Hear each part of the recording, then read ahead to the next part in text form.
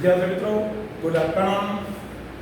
આજે આપણે એસપીએસસીની અંદર એસપીમાં 5મો પાઠ કંપનીના સંચાલકો. વિદ્યાર્થી મિત્રો, કંપનીના સંચાલકો પહેલાં તો એટલે શું? સામાન્ય રીતે આપણે એવું માનીએ છીએ કે જે કંપનીનું મેનેજમેન્ટ કરે, જે કંપનીના રોજબરોજના કામ કરતા હોય એને કંપનીનો સંચાલક કહેવાય. જેની પાસે તમામ નિર્ણયો લેવાની સત્તા હોય, કોઈ પણ કાર્યમાં કંઈ ખરાબ પરિણામ થયું તેની જવાબદારી હોય, તો જેને સત્તા અને જવાબદારી બંને પ્રાપ્ત થતી હોય, જે કંપનીમાં મહત્વના સ્થાન ઉપર હોય, એને આપણે સામાન્ય અર્થમાં કંપનીનો સંચાલક તરીકે ઓળખવામાં આવે છે. તો વિદ્યાર્થી મિત્રો, આપણો આજે પ્રશ્ન લઈએ છીએ, સંચાલકનો અર્થ આપે તેનું સ્થાન અથવા તેનું મહત્વ સમજાવો. સંચાલકની જરૂરિયાત શું છે? વર્તમાન સમયની અંદર સંચાલકનું મહત્વ શું છે? તો મિત્રો, આ પ્રશ્નને સમજવા માટે સૌપ્રથમ આપણે એની પ્રસ્તાવના જોઈએ. તમે લોકો વાણિજ્ય વ્યવસ્થાની અંદર BA, જેની અંદર ધંધાકીય એકમના અલગ અલગ સ્વરૂપો તમે ભણેલા છો. ધંધાકીય એકમના અલગ અલગ સ્વરૂપો હોય, જેમ કે વ્યક્તિગત માલિકી. વ્યક્તિગત માલિકીમાં જે ધંધાનો માલિક છે, જે ધંધામાં નાણાં લઈ આવે છે, જે ધંધામાં બધી જવાબદારી ઉઠાવે છે, બધા જોખમ લે છે, જેને આપણે માલિક કહીએ છીએ, એ માલિક પોતે પોતાના એકમનું સંચાલન કરે. તો વ્યક્તિગત માલિકીમાં પહેલું ધંધાકીય એકમનું સ્વરૂપ કે જે તેનો માલિક છે એ જ એનું સંચાલન કરે છે. ટૂંકમાં માલિકી અને સંચાલન બંને એક જ છે. બીજું ધંધાકીય એકમનું સ્વરૂપ છે ભાગીદારી પેઢી. ભાગીદારી પેઢી માટે મિત્રો આપ જાણો છો, 1932માં ભાગીદારી પેઢીનો કાયદો આવ્યો છે. તો ભાગીદારી પેઢીની અંદર એના માલિક કોણ છે? કે જે પેઢીમાં ભાગીદાર તરીકે જોડાય, જે પેઢીમાં ભાગીદાર તરીકે જોડાય એ તેમના માલિકો છે. હવે આ ભાગીદારો બધા પોતે પેઢીનું સંચાલન કરી શકે, અથવા આ બધા ભાગીદારોમાંથી કોઈ એક કે બે વ્યક્તિ પેઢીનું સંચાલન કરી શકે. એ નક્કી કોને કરવાનો? ભાગીદારોએ મળી નક્કી કરવાનું કે આપણે બધાએ સંચાલન કરવું કે ભાઈ આપણામાંથી 2-3 વ્યક્તિ મળીને પેઢીનું સંચાલન કરવું. ક્યારેક કેવું બને કે પેઢીમાં 5 ભાગીદારો હોય, 5માં 3 વ્યક્તિ એવા હોય કે જે ખાલી પૈસા જ કાઢી શકે, એનામાં ધંધાનો કોઈ પુણે ન હોય, સૂઝ ન હોય, આવડત ન હોય. એટલે એ લોકો શું કે ઓલા બાકીના 2 જણાને તમે પેઢીનું મેનેજમેન્ટ કરો, પૈસા અમે રોકશું, અમે કંઈ કામ નહીં કરીએ. ઓલા બાકીના 2 વ્યક્તિ છે એ ભાગીદારો એ પેઢીના સંચાલન બની શકે. હવે મિત્રો આવ્યું, એટલે ટૂંકમાં ભાગીદારી પેઢી અને કંપની, આ 2 સ્વરૂપ એવા હતા કે જેમાં માલિક હોય એ જ સંચાલક હતા. માલિક એકમમાં પ્રત્યક્ષ ભાગ લઈ શકતા, રોજબરોજના વહીવટમાં એ માલિક છે એ પોતે મેનેજમેન્ટ કરતો. હવે આપણું સ્વરૂપ આવ્યું કંપની સ્વરૂપ.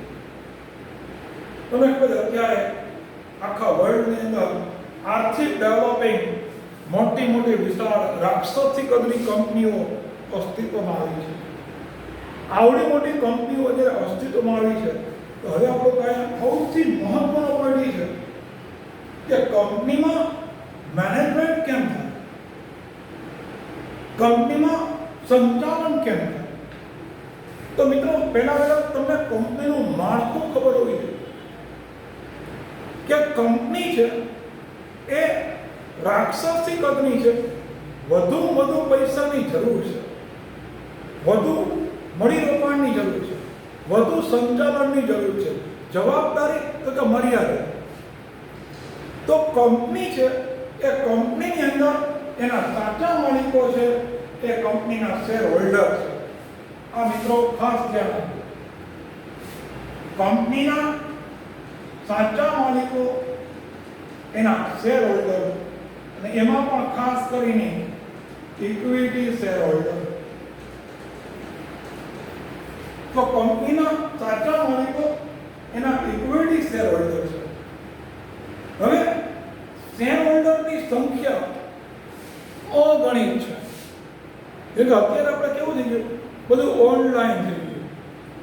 હું તમને ભણાવું છું, ઓનલાઈન ભણાવું છું, બરાબર?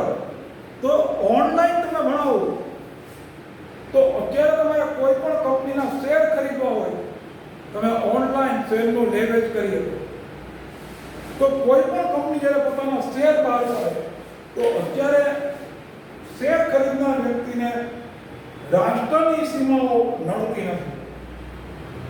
કોઈ પણ બીજા દેશની કંપનીના શેર પણ તમે ખરીદી શકો.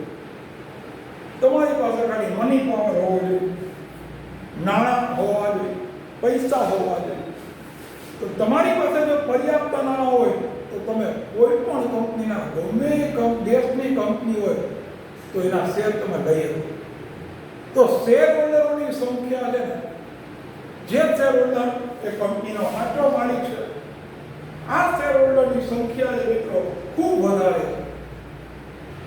હવે માલિકોની સંખ્યા એટલી બધી વધારે છે કે એ બધા શેર હોલ્ડર ભેગા મળીને કંપનીનું સંચાલન કરવા જાય તો કામ કાંઈ ન થાય, દેખાડો જાજો થાય. તમે કોઈ કામ કરતા 2-5 માણસ કામ કરે કામ વ્યવસ્થિત થાય. એક હારે 100-200 જણાનો હો કરતા કામ કરો તો કામ ન થાય, દેખાડો થાય, પરિણામ કાંઈ ન મળે. તો આજે કંપનીમાં માલિકોની સંખ્યા ખૂબ વધારે છે. તો સ્વાભાવિક છે કે આ બધા માલિકો એ કંપનીના સંચાલક ન બને. બીજા શબ્દોમાં કહું તો આ માલિકમાંથી મોટા ભાગના માલિકને રસાઈ ન હોય. આ મગજમારી કરવાનું, માથાકૂટ કરવાનું, કંપનીનું મેનેજમેન્ટ કરવું, આ કરવું, ફલાણું ઢીકણું, એનો પૈસા બનાવવામાં રસ છે. તો આ કંપનીના સંચાલક છે ને એ સંચાલકમાંથી વહીવટ કરવા માટે, એમાં સંચાલકમાંથી વહીવટ કરવા માટે એના પ્રતિનિધિ રૂપે ચૂંટાયેલ પ્રતિનિધિઓ મારફત કંપનીનું સંચાલન થાય. આ બધા જે શેર હોલ્ડર હોય ને એ શેર હોલ્ડરને કહેવામાં આવે કે તમારામાંથી કંપનીના સંચાલક કોને બનવું છે. તો આવા 2-5 જણા જે હોય 1+1 જેને આપણી ગુજરાતી ભાષામાં દોઢ ડાયા, 1+1 તો દોઢ ડાયા કહીએ. તો આવા જે થોડાક નાની માણસો હોય, થોડાક ધંધાનો થોડો ઘણો અનુભવ હોય, પૈસા કાળા ધોળા કેમ કરવા આવડતું હોય, સાચું ખોટું બોલતા આવડતું હોય, તો આવા લોકો સંચાલક બનવા માટે પોતાની ઉમેદવારી નોંધાવે. આ બધા સંચાલકો વચ્ચે ઇલેક્શન થાય, ચૂંટણી થાય. આ સંચાલકોને શેર હોલ્ડરો હોય ને એ મત આપે. આપણે કેવા નેતાઓની પસંદગી કરીએ તો એ કોંગ્રેસના નેતા, ભાજપના નેતા, આ પક્ષના નેતા, ફલાણા ઢીકણા. જ્યારે ઇલેક્શન હોય, ચૂંટણી હોય ત્યારે આપણે જે મશીન આવી ગયા એ સિક્કો મારતા એના નામ હતા. એટલે મશીનમાં બટન ક્લિક કરી જેને વધુ મત મળે એ પક્ષ આપણા દેશનું મેનેજમેન્ટ કરે, સંચાલન કરે. અત્યારે આપણા કેન્દ્ર સરકારમાં ભાજપ સરકાર છે, નરેન્દ્રભાઈ મોદીની સરકાર. એ સરકાર કે આવી કે આપણે બધાએ જેને વધુ મત આપ્યા એ પક્ષને, જે પક્ષને વધુ મત આપ્યા એ કેન્દ્રમાં આવી નહીં, કેન્દ્રમાં એ પક્ષના નેતા તરીકે શ્રી નરેન્દ્રભાઈ મોદી છે એ આવે છે. તો મિત્રો અહીંયા કંપનીમાં સેમ આ જ પ્રોસેસ છે, આ જ કરવાનું છે કંપનીમાં કે આ શેર હોલ્ડરોની સંખ્યા ખૂબ વધારે, એમાંથી આપણે એના સંચાલક તરીકે જે વ્યક્તિ માગતા હોય રહેવા, એની વચ્ચે ઇલેક્શન થાય, એમાં જે માણસ પસંદ પામે, સિલેક્ટ થાય, વધુ મત મળે એ કંપનીના સંચાલક બને છે. અને આ સંચાલકોનું જે મંડળ છે 2, 5, 10 જણા એને સંચાલક મંડળ કહેવાય, જેને આપણે અંગ્રેજીમાં કહેવાય છે બોર્ડ ઓફ ડિરેક્ટર. સંચાલક મંડળનું અંગ્રેજી નામ છે બોર્ડ ઓફ ડિરેક્ટર કહેવાય. તો આ સંચાલક મંડળ દ્વારા કંપનીનું મેનેજમેન્ટ થાય. આપણા ભારતમાં કંપનીનું સંચાલન પહેલા સૌપ્રથમ આવું બધું નહોતું. શરૂઆતમાં કંપનીનું સંચાલન છે ને એ મેનેજિંગ એજન્ટ મારફત થતું, બહારના માણસ દ્વારા, પગારદાર માણસ દ્વારા. તો મેનેજિંગ એજન્ટ પગારદાર માણસ હોય ને એ કંપનીનું સંચાલન કરે. તો હું તમને એક સિમ્પલ પ્રશ્ન પૂછું કે કોઈ પગારદાર માણસ હોય એ કામ કરે અને જેનો પોતાનો બિઝનેસ હોય, પોતાનો ધંધો હોય, એ માણસ કામ કરે, તો કોની ધગશ ને ઉત્સાહ વધુ હોય? પગારદાર માણસની વધુ હોય કે જેનો પોતાનો બિઝનેસ હોય, પોતાનો ધંધો હોય, એમાં કામ કરે એની ધગશ વધુ હોય? 100% તમારો જવાબ હોય કે પગારદાર માણસને ખાલી પગારમાં જ રસ હોય, જાજા કામમાં રસ ન હોય. એના કરતાં જે પોતાનો બિઝનેસ કરતો હોય એમાં વધુ ધ્યાન આપે. આજે હું નોકરી કરતો હતો, ઘડિયાળના ટકોરે જો કે મારા 1:30 વાગ્યો, 2 વાગ્યા તમારું કામ પૂરું. એના બદલે હું કોઈ બિઝનેસ કરું તો હું કોઈ આપણે તમારા ક્લાસીસ ચલાવતો હોય તો મારા ક્લાસીસમાં હું 8 વાગે સાંજે રાતે ક્લાસ બંધ કરું. 8માં 5 કોઈ વિદ્યાર્થી એના વાલી સાથે આવે તો હું કહું ભાઈ 8માં 5 છે, કાલે આવજો. કહું ન કહું ને? તમે સમજી શકો ને? 8માં 5 આવ્યો અને બેહાડવું, સમજાવવું, 8ના 8:30 થાય તો બેઠો એને સમજાવું. શું કામે? એ વિદ્યાર્થી આવ્યા એનાથી મને મારી આવક વધે. એટલે પગારદાર માણસ છે એને એટલો અંગત રસ ન હોય, સ્વાભાવિક છે, નેચરલ વાત છે. તો અહીંયા જે મેનેજિંગ એજન્ટ છે કામ કરતો એને કંપનીના વિકાસમાં એટલો રસ નહોતો. એટલે હવે ત્યારબાદ સેક્રેટરી એન્ડ ટ્રેઝરર. સેક્રેટરી, અત્યારે આપણે કંપનીનું સંચાલન માટે, વહીવટી ક્રિયા કરવા માટે કંપનીમાં સેક્રેટરી હોય છે મિત્રો, એની નિમણૂક થાય. તો સેક્રેટરી એન્ડ ટ્રેઝરર દ્વારા એનું મેનેજમેન્ટ. તો મિત્રો આ તમારી પ્રસ્તાવના ખાલી હતી અને હું એવું માનું કે પ્રસ્તાવના એક તમારા માટે સોલિડ આવડે ને તો દાખલાનો પ્રશ્ન હોય ને અડધો પ્રશ્ન એમને તમને આવડી જાય. તો પ્રસ્તાવના છે એ તમને મગજમાં સોલિડ રીતે બેસી. પ્રસ્તાવના સારી, શરૂઆત સારી તો અંત સારો જાય, તમને પ્રશ્નો સમજાય. હવે સંચાલક છે મિત્રો, સંચાલકનો અર્થ શું થાય? સંચાલક એટલે શું? સંચાલક એક એવી વ્યક્તિ છે, બરાબર છે? સંચાલક એક એવી વ્યક્તિ છે કે જે કંપનીના સમગ્ર સંચાલન, દોરવણી, આ શબ્દ જો દોરવણી, અંકુશ માટે વ્યાપક નીતિઓનું ઘડતર કરે છે. કે કંપનીનો સંચાલક છે ને મિત્રો, એનું કામ શું છે કે કંપનીની અંદર સમગ્ર સંચાલન, ઓલ ઓવર મેનેજમેન્ટ, એના માટે દોરવણી આપવી. દોરવણી આપવી એટલે માર્ગદર્શન આપવું. કોઈ તમારા કર્મચારીઓને સમજાવો, કર્મચારીઓને દિશા સૂચન કરવું. તો કર્મચારીઓને તમે દોરવણી આપો, નિયમો સમજાવો, કામ કરતા શીખવાડો, એને કઈ રીતે માર્કેટિંગ કરવું એ શીખવાડો, એને દોરવણી આપવી કહેવાય. અંકુશ, તમે જે સૂચના આપો છો, તમે જે શીખવો છો, એ કર્મચારી તમારી સૂચનાનું કેટલું પાલન કરે છે એના પર તમે ધ્યાન રાખો, દેખરેખ રાખો, વોચ રાખો, કર્મચારીના કામ ઉપર તમારું એટેન્શન રાખો, જેને આપણે અંકુશ કહેવાય. એક ખાસ છે જો મિત્રો, અંકુશ શબ્દનો ઘણા લોકો એવો અર્થ કરે છે કે અંકુશ એટલે કર્મચારીઓને હેરાન કરવા, પરેશાન કરવા, આવો અર્થ નથી. અંકુશ એટલે ભૂલો ખાલી ગોતવી એ અંકુશ નથી. ભૂલોને શોધવી અને આ ભૂલો ભવિષ્યમાં પુનરાવર્તન ન થાય એ જોવું એટલે અંકુશ. તો સંચાલક તરીકે માણસનું કામ શું છે? તમારા કર્મચારીના કામ ઉપર તમે ધ્યાન રાખો. તમારો કર્મચારી કામમાં કોઈ ભૂલ કરે છે તેને બોલાવો, સમજાવો, ભૂલ વગરનું કાર્ય કરીને બતાવો. ભૂલ વગર કેમ કામ થાય બતાવો. ખાલી ભૂલ નથી બતાવવાની, ભૂલ રહિત કાર્ય કરીને તમારે બતાવવાનું છે કે જો ભાઈ ભૂલ વગર આ રીતે કામ થાય, તમારે આ રીતે કામ કરવાનું. તમે કર્મચારીને સમજાવવાનું અને એ સમજાવ્યા પછી તમારે સૂચના આપી, એ સૂચનાનો તમારો કર્મચારી પર પાછું ધ્યાન રાખવાનું કેટલો અમલ કરે છે. એ કાર્ય અંકુશ. તો દોરવણી અને અંકુશ માટે વ્યાપક મોટા પ્રમાણમાં નીતિઓનું ઘડતર કરવું, મોટા પ્રમાણમાં નીતિઓનું ઘડતર કરવું, જેને આપણે કહેવાય છે મિત્રો સંચાલક. તો આ આપણા સંચાલકની વ્યાખ્યા થઈ. સંચાલકમાં સમગ્ર સંચાલન કરવા માટે દોરવણી અને અંકુશની વ્યાપક નીતિઓનું ઘડતર કરવું. હવે આપણે સંચાલકનું મહત્વ શું છે? આટલું બધું સંચાલક વિશે કીધું એટલે આપણા શરીરમાં જણજણાટી થવા માંડે, શરીરમાં ધ્રુજારી આવવા માંડે કે સંચાલક છે. આટલો એનો અર્થ સમજાવ પછી હવે એનું મહત્વ શું? સંચાલક શા માટે મહત્વનો છે?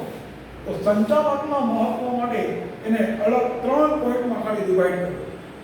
સંચાલકના મહત્વને ખાલી 3 ભાગમાં વહેંચીએ છીએ. 3 શબ્દો દ્વારા સંચાલકનું મહત્વ. પહેલું, સંચાલક એક પ્રતિનિધિ તરીકે. પ્રતિનિધિ એટલે કોઈના વતી કામ કરવું. વિદ્યાર્થી મિત્રો, સંચાલક છે એ શેર હોલ્ડર વતી કામ કરે છે. સંચાલક કોનો પ્રતિનિધિ છે? કંપનીના સાચા માલિકો, કંપનીના શેર હોલ્ડર. તો કંપનીના શેર હોલ્ડર વતી પોતે કામ કરે છે એટલે પ્રતિનિધિ તરીકે કાર્ય કરે છે. બીજું, સંચાલકને કામ કરવાની છૂટ છે. એની સત્તામાં કોઈ મર્યાદા નથી, પણ એક નિયમ છે કે કોઈ માણસ પોતાની સત્તાનો દુરુપયોગ ન કરે. એટલે આવેદનપત્ર અને નિયમન પત્રમાં જે નિયમો અને જોગવાઈઓ છે એની મર્યાદામાં રહીને સંચાલકે કાર્ય કરવાના છે. આવેદનપત્રમાં ન જણાવેલું કોઈ પણ કાર્ય, કોઈ પણ ઉદ્દેશ સંચાલક રાખી શકે નહીં. આવેદનપત્રની ઉદ્દેશની કલમમાં જે ઉદ્દેશ લખ્યો હોય એ જ ઉદ્દેશ માટે કંપની કામ કરી શકે. એના સિવાયનું કોઈ કામ કંપનીના સંચાલકો કરી શકે નહીં. અને જો સંચાલકો કરે તો એને સત્તા બહારનું કાર્ય કહેવાય. એના માટે સંચાલકને જેલની સજા થાય. વિચાર કરો, આપણે એક બાજુ કહી એને સમગ્ર મેનેજમેન્ટ મળે, સમગ્ર સંચાલન મળે, બીજી બાજુ એને આની મર્યાદામાં કામ કરવાનું. તમને એક ઉદાહરણ આપું કે આપણા દેશની અંદર લોકશાહી દેશ છે. વડાપ્રધાનને બધી સત્તા છે. વડાપ્રધાન કોઈ પણ નિર્ણય, કોઈ પણ સત્તા કરી શકે. એ નિર્ણયની સમગ્ર જવાબદારી એની પોતાની છે. જો નિર્ણયનું ખરાબ પરિણામ આવ્યું એની જવાબદારી એની પોતાની છે, વ્યક્તિગત રીતે કરે. એમ કંપનીના સંચાલક છે મિત્રો, એ આવેદનપત્ર અને નિયમન પત્રની મર્યાદામાં રહીને કાર્ય કરી શકે. અને જો કોઈ પરિસ્થિતિ થાય તો એ જવાબદારી એની વ્યક્તિગત રીતે બને છે. આ ખાસ ધ્યાન રાખજો. પછીનો પોઈન્ટ કીધો કે આ સંચાલકને પસંદ કેમ કરવામાં આવે. સંચાલકમાંથી જે હોલ્ડરમાંથી જે લોકો સંચાલક બનવા માંગતા હોય એવા ઉમેદવારો ઉભા રહે. આ ઉમેદવારો વચ્ચે ઇલેક્શન કરવામાં આવે, ચૂંટણી કરવામાં આવે અને એ ચૂંટણીમાં જેને વધુ મત મળે એ કંપનીનું સંચાલન કરે છે. સંચાલક એ કોઈ પગારદાર કર્મચારી નથી. ધ્યાન રાખજો, સંચાલક એક પગારદાર કર્મચારી નથી, એક માલિકનો જ એક ભાગ છે. માલિક વતી જ કામ કરનાર વ્યક્તિ છે. સંચાલક પોતે કામ કરે છે, એના બદલામાં વધારાનું મહેનતાણું મળી શકે, એને એક્સ્ટ્રા વળતર મળી શકે. તમને કહું કે ભાઈ આપણે રિલાયન્સ ઇન્ડસ્ટ્રીઝના જે સંચાલક છે, મુખ્ય મેનેજિંગ ટ્રસ્ટી એ મુકેશભાઈ અંબાણી. મુકેશભાઈ અંબાણીનો પોતે આખા વર્ષનો એનો પગાર, એનો કંપનીમાં મેનેજમેન્ટ કરવાનો પગાર છે ને, એનો પગાર છે એ 36 કરોડ રૂપિયા વર્ષનો છે, એની ઉપર. પણ છેલ્લે અત્યારે આપણે જે કોરોનાની પરિસ્થિતિને કારણે મુકેશભાઈ અંબાણીએ છેલ્લા 3 વર્ષથી, એક વર્ષ નહીં, છેલ્લા 3 વર્ષથી રિલાયન્સમાંથી પોતાનો પગાર ઉપાડ નથી કર્યો. વિચાર કરો, મહિનાનો 3 કરોડ. છતાંય આજે મુકેશભાઈ અંબાણી વિશ્વના 10 ધનિક વ્યક્તિઓમાં મુકેશભાઈ અંબાણી છે. તો મિત્રો, સંચાલકો જે કામ કરે એના બદલે એને મહેનતાણો પ્રાપ્ત થઈ શકે. હવે આપણે પોઈન્ટ નંબર 2, સંચાલક વહીવટી ભાગીદાર તરીકે. સંચાલક છે એ હમણાં આપણે વાત કરી માલિક વતી કામ કરે. ધંધાનો જે માલિક છે, કંપનીનો માલિક છે શેર હોલ્ડર, તો શેર હોલ્ડર વતી એ પોતાનું કાર્ય, પોતાની ફરજ બજાવે. તો જ્યારે માલિક વતી પોતે કોઈ પણ નિર્ણય લઈ શકે. તો યાદ રાખજો, તમે માલિક છો તો માલિક તરીકે તમે કોઈ પણ નિર્ણય લેવાની સંચાલકોને છૂટ. હમણાં મેં કીધું આવેદનપત્ર અને નિયમન પત્રની મર્યાદા, આ બધું ધ્યાન રાખવાનું. તો તમે માલિક તરીકે કોઈ પણ નિર્ણય લઈ શકો. ધારો કે શેરની વેચણી કેમ કરવી, શેરના હપ્તા કેમ લગાવવા, અથવા કંપનીમાં કઈ રીતે નિર્ણયો લેવા, આવા બધા નિર્ણય લેવાની સત્તા કંપનીના સંચાલકને.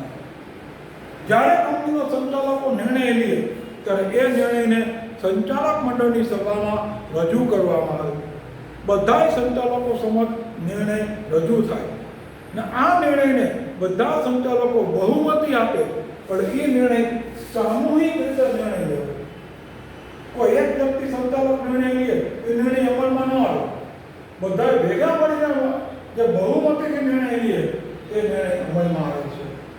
સંચાલકો અન્ય સંચાલકને જવાબદાર ન બને. જો ભાગીદારી પેઢીમાં એવું હોય કે કોઈ ભાગીદારે ખરાબ કામ કર્યું અથવા ભાગીદારના કામથી નુકસાન થયું, તો એ ભાગીદારની વ્યક્તિગત જવાબદારી બને. એને પોતાનું આ નુકસાન બીજા ભાગીદારને ચૂકવવું પડે. માની લો કે સંચાલકમાંથી કોઈ એક સંચાલક હોય, એને એનાથી કોઈ એવું કાર્ય છે, એવો કોઈ નિર્ણય લેવાનો એનો ઈરાદો નહોતો, સ્પેસિફિક નહોતો, અજાણતા એવું બન્યું, તો બીજા સંચાલકને જવાબદાર બનતો નથી. સંચાલક નિવૃત્ત થાય, ભાગીદાર પછી નિવૃત્ત ન થાય. ભાગીદાર છે એ પેઢીમાંથી બંધ કરીએ તો નિવૃત્ત થાય. સંચાલક તરીકે વ્યક્તિ નિવૃત્ત થઈ શકે તે વયમર્યાદાને કારણે, થાકને કારણે, શારીરિક અક્ષમતાને કારણે, માનસિક અસ્થિરતાને કારણે, XY નાદાર જાહેર થાય. આમાં કોઈ પણ કારણસર સંચાલક છે એ નિવૃત્ત થઈ શકે છે. છેલ્લો પોઈન્ટ, સંચાલક એક ટ્રસ્ટી તરીકે. ટ્રસ્ટી તરીકે એટલે ટ્રસ્ટ એટલે કે વિશ્વાસ. સંચાલક છે મિત્રો, શેર હોલ્ડરે પોતાનો સમગ્ર વિશ્વાસનો ભાગ કંપનીના સંચાલકને. પોતે સંચાલકને સમગ્ર કંપનીની મિલકતો, ચાલુ મિલકતો, બિનચાલુ મિલકતો, એટલે કે લાંબા ગાળાની મિલકતો, ટૂંકા ગાળાની મિલકતો, ભંડોળ, નાણાકીય પુરવઠો, તો સમગ્ર મિલકત અને ભંડોળનો વહીવટ કરવાની સત્તા કંપનીના સંચાલકની છે. એ ખ્યાલ રાખજો, તમે જ્યારે કંપનીની મિલકતોનો કે ભંડોળનો ઉપયોગ કરો છો એ કંપનીના વિકાસ માટે કરવાનો, તમારા અંગત વિકાસ માટે નહીં, તમારા સ્વાર્થ માટે એનો ઉપયોગ નહીં કરવાનો. અને જો તમે તમારો અંગત સ્વાર્થ માટે કંપનીની મિલકતનો ઉપયોગ કરો તો તમને કાયદેસર સજા થાય. એટલે મિલકત અને ભંડોળનો ઉપયોગ કરવાની સત્તા છે. મિલકત હોય, કોઈ પણ કંપનીની મિલકત હોય મિત્રો, એ સંચાલકના નામે કોઈ દિવસ ખરીદવામાં નહીં આવે, એ કંપનીના નામે ખરીદવામાં આવશે. કારણ કે કંપની એ પોતે કાયદેસર અસ્તિત્વ ધરાવે છે. તો કંપનીના નામે મિલકતો છે એ વસાવવામાં આવે. ટ્રસ્ટી એટલે કે વિશ્વાસપાત્ર વ્યક્તિને કીધું તમારે શેર હોલ્ડર વતી કામ કરવાનું છે, શેર હોલ્ડરના હિતોનું રક્ષણ કરવાનું છે, સમાજનું રક્ષણ કરવાનું છે, સરકારને નિયમિત કરવેરા ભરવાના છે, રોકાણકારોને યોગ્ય વળતર આપવાનું છે, શેર હોલ્ડરોને નિયમિત ડિવિડન્ડ આપવાનું છે, લેણદારોને આ પૈસા એના સમયે પરત કરવાના છે. તો આ અલગ અલગ અલગ અલગ અલગ બધા પક્ષકારોએ તમારી માથે એક વિશ્વાસ મૂક્યો છે, ભરોસો મૂક્યો છે. એ ભરોસાને તમારે સાર્થક કરવાનો છે. અને સંચાલક છેલ્લો પણ સંચાલક કોઈ પણ વ્યક્તિ સામે પોતાના નામથી દાવો કરી શકે નહીં. તમારી કંપનીને કોઈએ નુકસાન કર્યું છે તો તમારે ક્લેમ કરવો છે, તો સંચાલકના નામથી ક્લેમ ન થાય. યાદ રાખજો, કંપની પોતાના નામથી ક્લેમ એટલે કે દાવો કરી શકે. કંપનીના નામથી દાવો થાય, દાવાની વસૂલાત થાય, નુકસાનીની રકમ મળે. તો કંપનીના નામે બધો વહીવટ થતો હોય, કંપનીના નામે જ મિલકત ખરીદાય, કંપનીના નામે જ દાવો કરી શકાય. તો મિત્રો, આ આપણા કંપનીના સંચાલકનું મહત્વના જે બધા જ પોઈન્ટો આપની સમક્ષ સમજાવવામાં આવ્યા. બરાબર વિડીયો જોજો, બહુ મહત્વનો પ્રશ્ન છે. અને બરાબર વિડીયોને સમજવા માટે હેડફોનનો ઉપયોગ કરજો. Okay, thank you very much.